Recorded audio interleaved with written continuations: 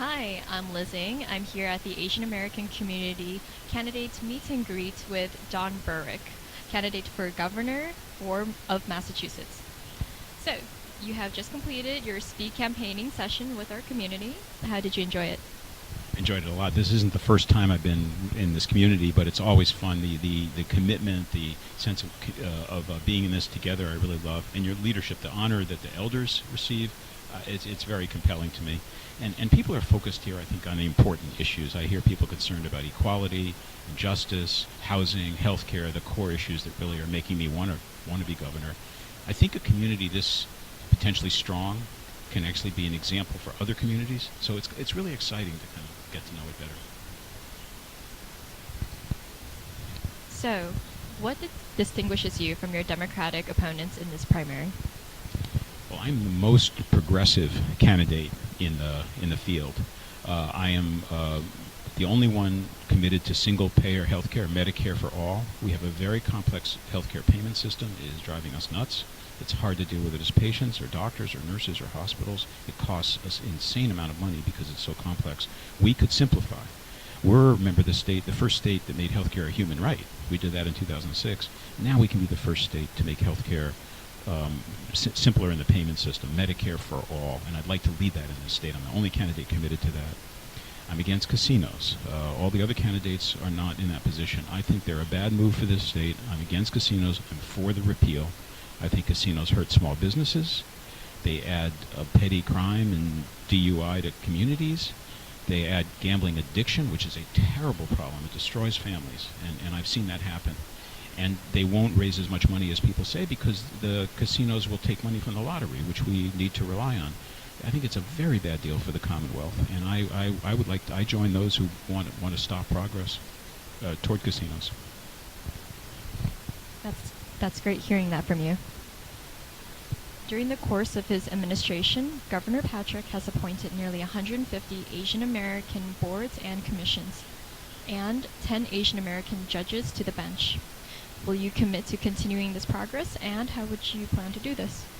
Absolutely, yes. As I said, I'm a progressive. I'm more progressive than anyone else in this field. And one of the basic ideas behind the progressive values, social justice, equality, compassion, is that the voices and the faces of the people served have to be represented. People need to feel powerful. They need to feel access. I've talked to far too many voters and far too many people who say they have no way to get in. So you have to have a sense of inclusion. So yes, my administration will reflect in its racial and gender, in its sexual orientation, it will across an image of the Commonwealth as a whole, and that will of course include the Asian American community. It's an important community here, a really key community to our cultural life, our thriving and growing, the whole vitality of our state, and we need to have that reflected in the government. So I pledge to that. I think you asked me earlier how I differ from the other candidates. I think it's the degree of my commitment to that progressive set of values. And that includes, by the way, poverty and poverty relief. I want to end hunger, end homelessness, end child poverty in this Commonwealth. I've led bold goals for my whole career as an executive.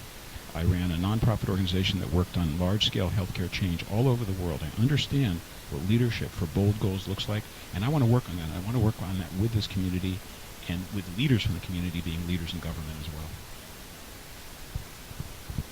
And lastly, Asian Americans have one of the highest rates of addiction when it comes to compulsive gambling, as you have already touched on.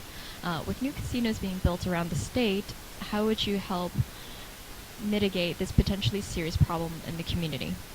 Let's start with addiction overall. It's a serious problem. Heroin abuse, drug abuse is sweeping through the Commonwealth. We have a very serious problem. Partly that's because we have undercut the safety net. That is, we need treatment programs and rehabilitation programs and outreach to families and people that are in distress at a much stronger level than we have now. We've cut those budgets. We should increase them. You can see it in our prisons. We have 24,000 people in prison in this Commonwealth. Half of them don't belong in prison. They have substance abuse issues, mental health issues. So building back the treatment and intervention programs counts.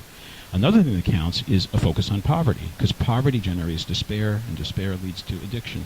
And with respect to gambling addiction, that's one we can avoid. If we stop the casinos, vote for the repeal, we will not be adding that burden to the Commonwealth. if we can't stop the repeal and we have casinos, I will watch like a hawk.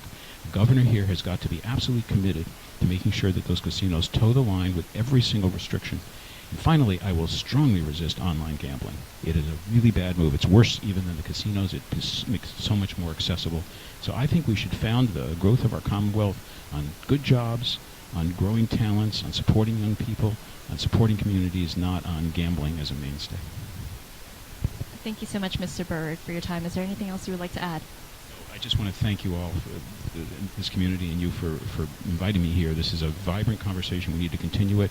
I'm running a grassroots campaign. It's a campaign with great momentum.